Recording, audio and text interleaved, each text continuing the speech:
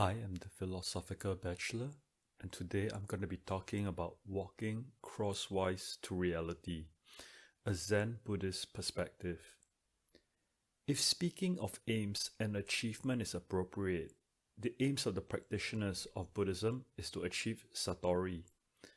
Though considered an ineffable concept, satori has been explained or expressed as enlightenment, awakening, realization, non-dependence, and liberation from suffering, a complete reordering of the individual in his relation to the world. According to Hakuin, Buddha means one who is awakened. Various branches of Buddhism have their own methods for achieving satori, including deep studies of the sutra and its commentaries and meditation.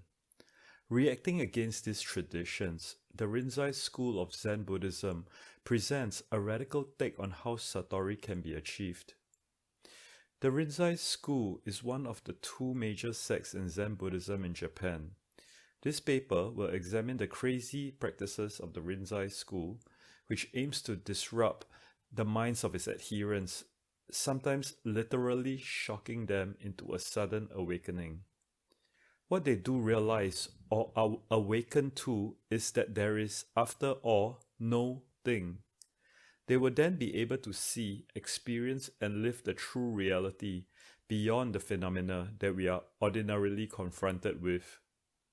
I will contrast this notion of true reality with Kant's transcendental idealism, which definitively explains why it is not possible to go beyond the phenomenal realm to the nominal, and why Rinzai Zen Buddhism's radical shift might suggest a way to do so. Chapter 1. Making a mirror with the wrong materials. The Rinzai School is named after 9th century Zen master Rinzai, Rinzai being his name in Japanese. It emphasizes sudden awakening, and its methods include shouts, blows, questions and answer sessions, known as bondo, and answering paradoxical statements, known as koan. Rinzai writes, "The more you chase him, the further away he goes, and the more you seek him, the more he turns away." He was speaking about realizing our inner Buddha and how it is not about seeking and striving. Instead, we need to make a profound realization that all is emptiness. He continues, "Then, having entered the Dharma realm of no birth and traveled through every country, you enter the realm of the lotus womb and there see true and true that all dharmas are characterized by emptiness and that there are no real dharmas whatsoever. This emptiness is not the Lockean tabula rasa, a blank slate. It is instead a non-dualistic realization that nothing matters. Even the goal of satori, nirvana, of becoming Buddha is itself empty. Finally, there is really nowhere to go and nothing to achieve. This differs from the traditional Buddhist conception of a state of eternal bliss, achieved once and for all in a kind of out-of-this-world transcendent movement. Instead, according to Hershock, Zen Buddhism is about opening ourselves fully into the world and living in it."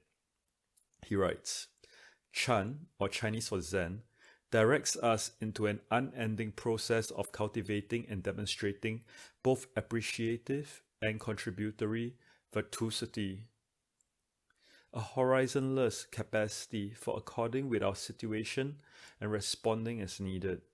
This is not freedom from the world and its relationships, but tirelessly within them. Upon attaining satori, we continue living in the world, but in a complete and full way.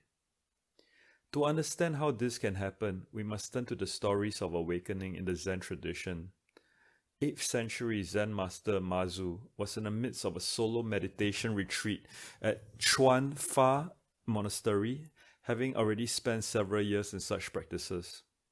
According to Hershock, such meditation sessions can last up to 60 days, comprising daily regimens of 16 hours of sitting meditation and 3 hours of chanting or sutra recitation. A screeching sound disturbed the silence. Mazu tried to continue meditating, but finally gave in to his irritation and went to investigate the cause. Huarang, the seventh patriarch of Zen, was sitting outside, scraping a broken roofing tile against a stone block. When asked why, he explained he was making a mirror, to which Mazu exclaimed that it was not possible to make a mirror out of a roofing tile. Huarang replied, "If I can't make a mirror by polishing a roofing tile, what makes you think you can make yourself into a Buddha by sitting in meditation?" He admonished Mazu for not understanding the essence of Zen. If you're training for sitting Chan meditation, know that Chan meditation is not a matter of either sitting or reclining. If you're training to sit as Buddha, know that Buddha has no fixed form. According to the teaching of non-abiding, you shouldn't respond to things with grasping or rejecting. If you hold on to the sitting form, then that is not penetrating his naturally fluid pattern of relating. Hershock describes Huarang's teaching as a rain soaking into Mazu's mind, causing the seeds of awakening that were already there to sprout.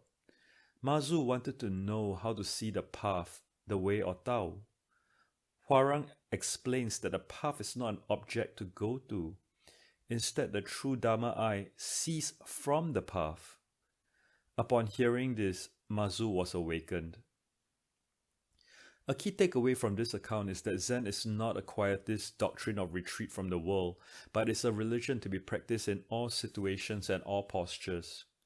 Reminiscent of how Marx understands the task of philosophy, writing, philosophers have hitherto only interpreted the world in various ways. The point is to change it.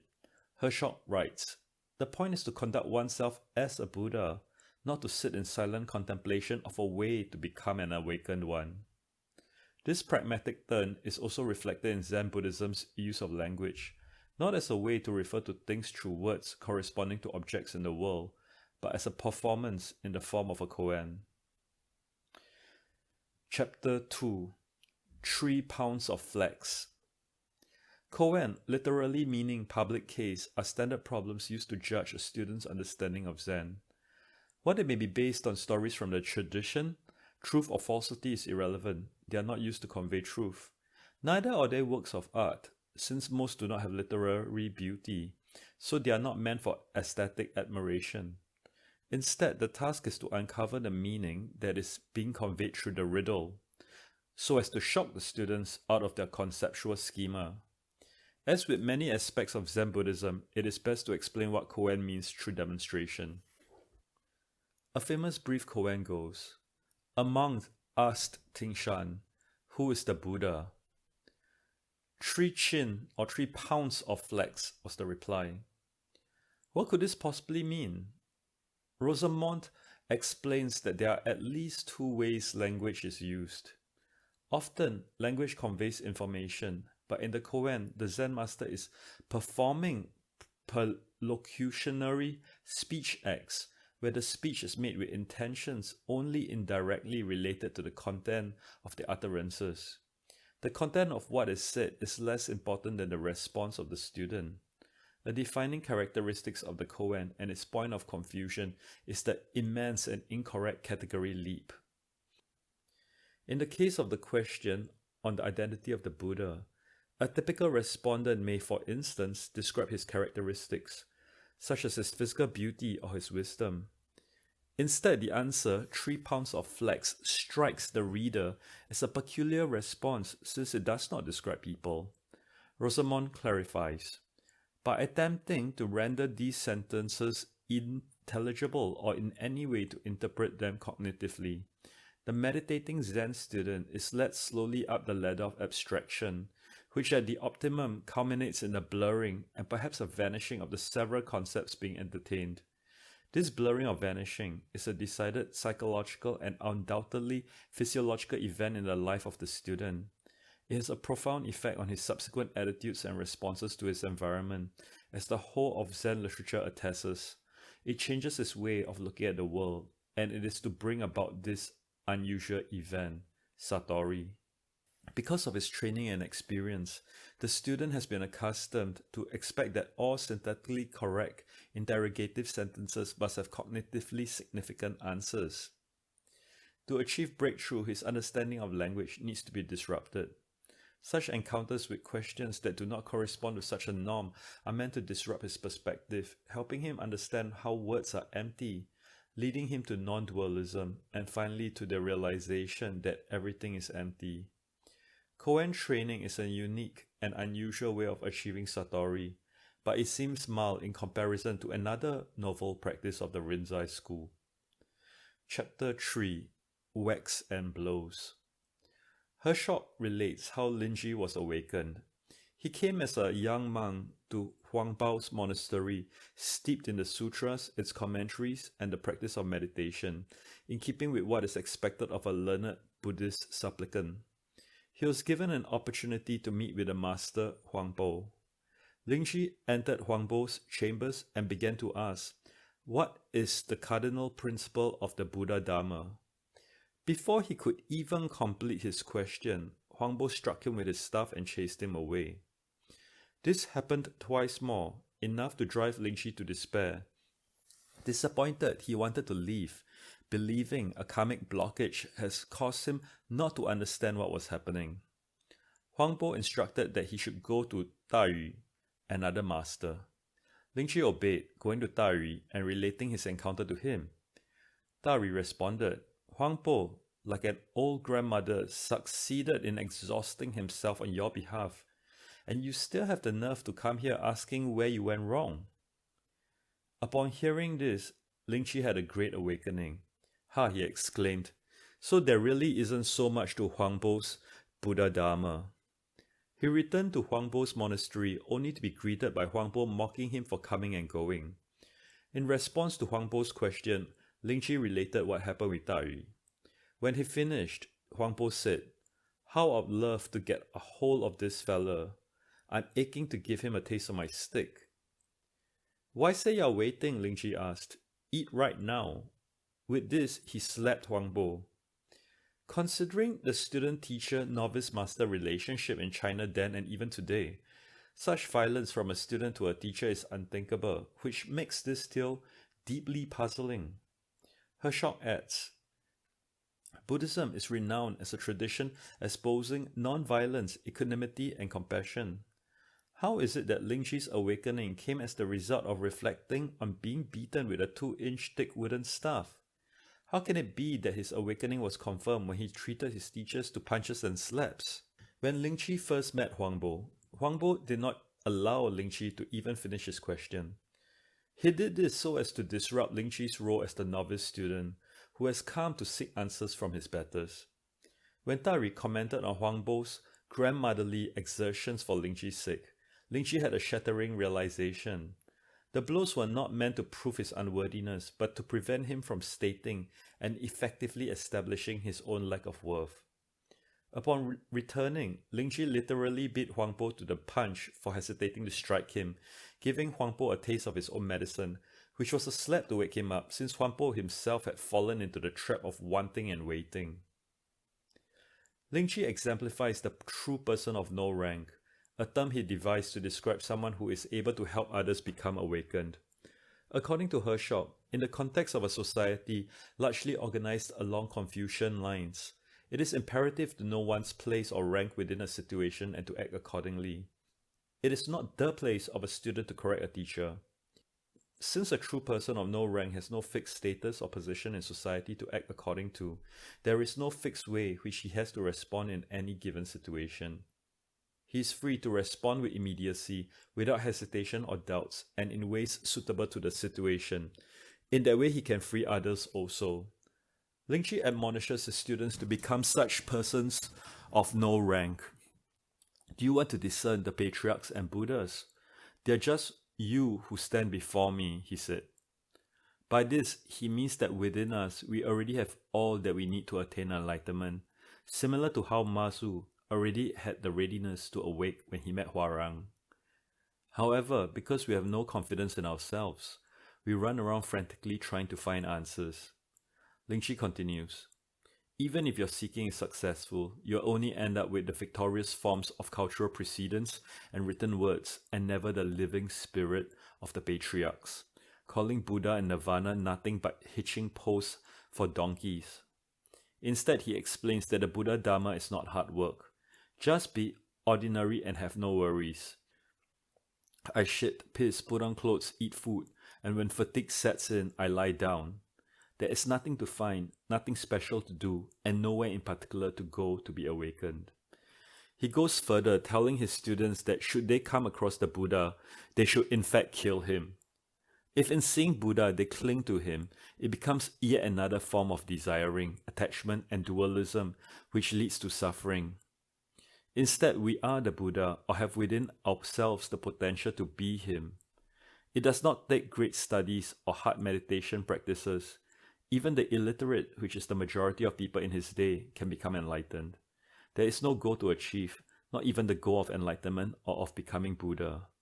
Instead, we need to be intimately involved in the world, not by going with its flow, but instead to face the world and walk crosswise.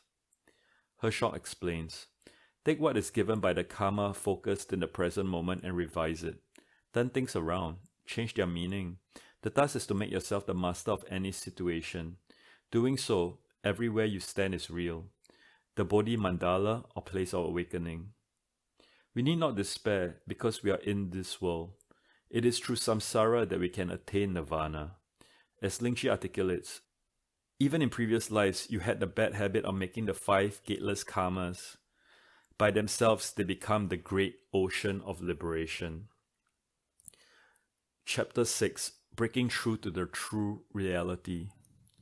Zen Buddhism speaks of awakening to the true reality of the world, seeing things as they are instead of as the samsaric phenomena presented to us through our senses and cognition. Kant came to a contrary conclusion in the 18th century when he analyzed the metaphysics of our reality.